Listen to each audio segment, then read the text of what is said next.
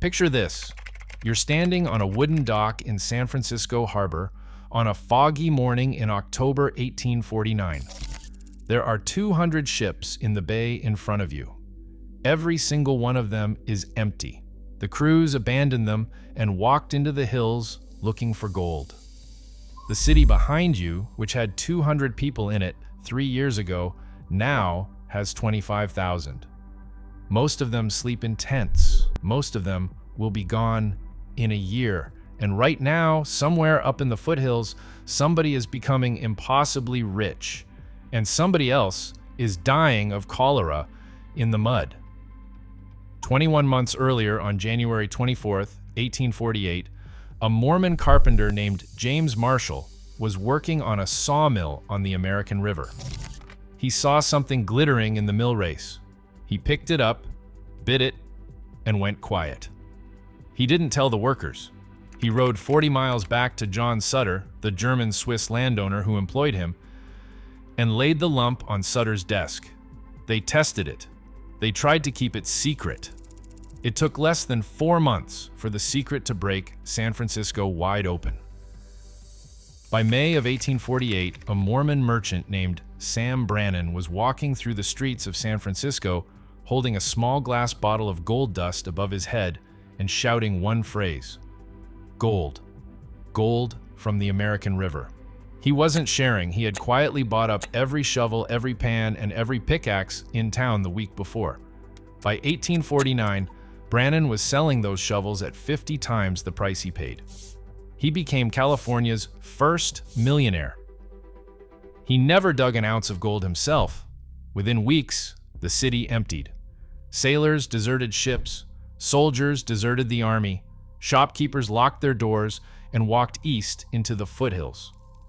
By the spring of 1849, men from every continent were on their way to replace them. 300,000 people, the largest voluntary migration in 19th century America. From New York, they sailed around Cape Horn, 6 months of scurvy and salt pork. From Guangdong province, they crossed the Pacific in coffin ships. From Valparaiso, from Sydney, from Hamburg, from Le Havre, they came.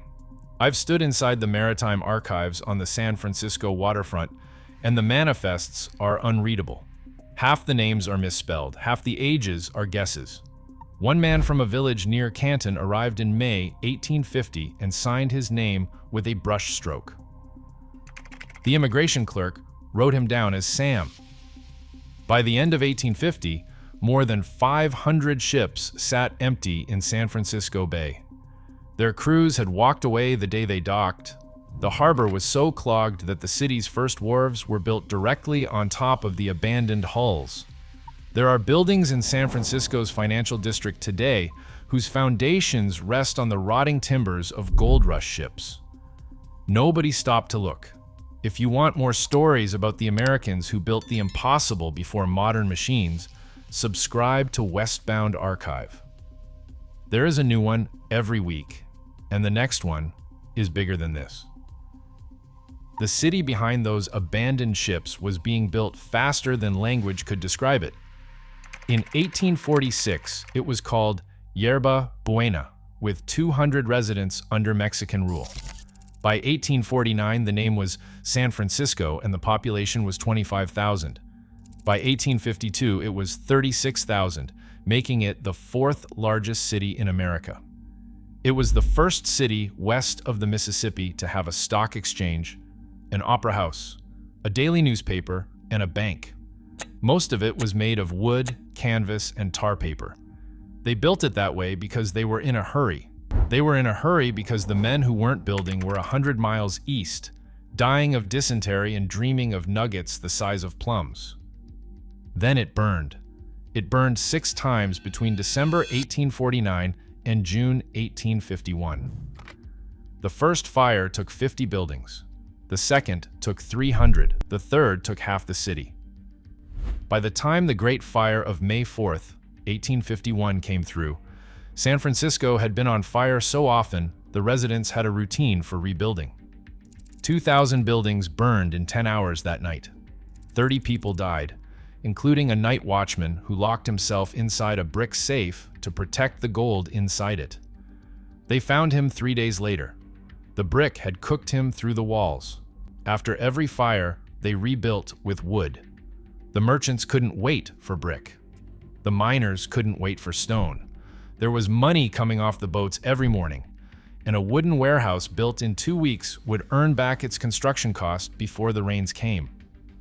So they kept building, and it kept burning. By 1852, the gold dust passing through San Francisco's banks was worth $2 billion. $80 billion in today's money.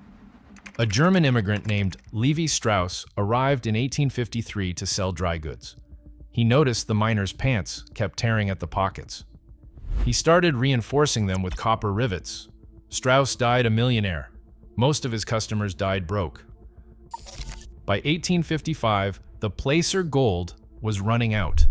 The easy gold, the gold you could pick out of a creek bed with a tin pan, was gone within 7 years of the discovery.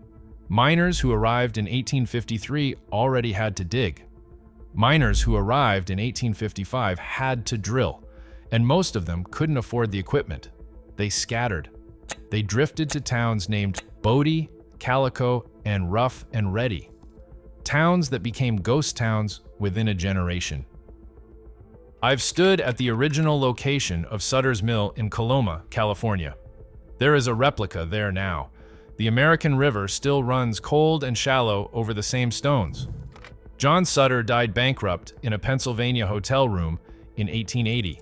He had spent the last 20 years of his life trying to get the United States government to compensate him for the land the 49ers had simply taken.